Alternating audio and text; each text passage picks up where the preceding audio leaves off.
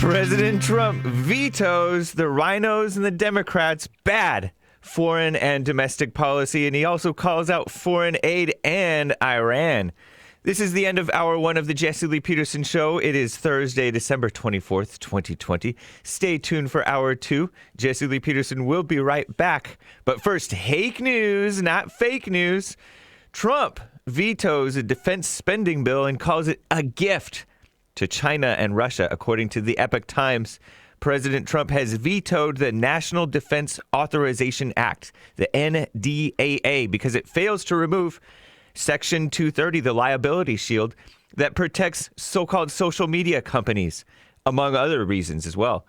Unfortunately, the act fails to include critical national security measures, includes provisions that fail to respect our veterans and our military's history, and contradicts efforts by my administration to put America first in our national security and foreign policy actions, he said in a December 23rd statement.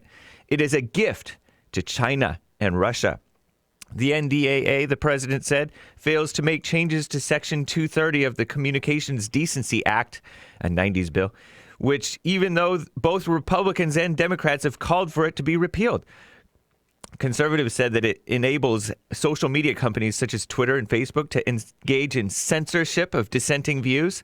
And some progressives, so-called, have said that the law fails to take hate speech posted on these platforms into account.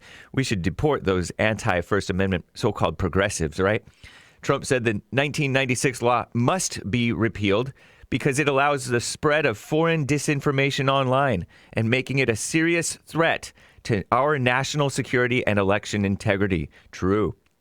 Overriding the veto after Trump threatened to veto the bill, which he eventually just did, Senate Majority Leader Mitch McConnell, the RINO from Kentucky, said he's prepared to override Trump's veto in the Senate. The NDAA was passed earlier this month with overwhelming bipartisan support. Bipartisan means evil. McConnell previously said that the bill boosts military against the adversaries such as Russia and the Chinese Communist Party. The president, however, said that the NDAA goes directly against his foreign policy positions, namely his efforts to bring the U.S. troops back from Afghanistan, South Korea, and Germany. Not only is this bad policy, it is unconstitutional, he wrote. Article 2 of the Constitution, this is President Trump writing, makes the president the commander-in-chief of the Army and the Navy of the United States and vests him in the executive power. Therefore, the decision regarding how many troops to deploy and where, such as in Afghanistan, Germany, and South Korea, rests with him. Renaming the military bases, I think this has to do with those Confederate named bases, such as Fort Hood. Fort Hood was named after a Confederate general. Did you know? The president also took issue with the renaming of certain military installations that have historical significance. My administration respects the legacy of the millions of American servicemen and women who have served with honor at these military bases and who from these locations have fought, bled, and died for our country, Trump wrote. From these facilities, we have won 2 world wars. I have been clear in my opposition to politically motivated attempts like this to wash away our history and dishonor the immense progress our country has fought for in realizing our founding principles.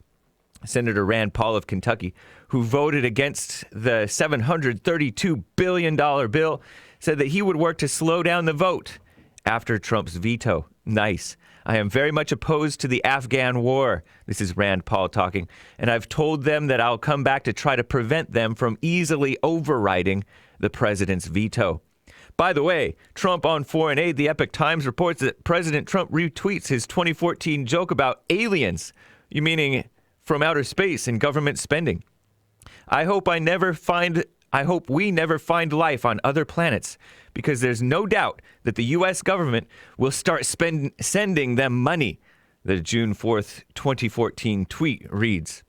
And Trump on foreign dealings, think it over. Trump sends a warning to Iran after rockets hit a U.S. embassy in Baghdad. He tweeted on Sunday, or they were hit Sunday, and he said, I'm going to hit you back. Think it over. I'm James.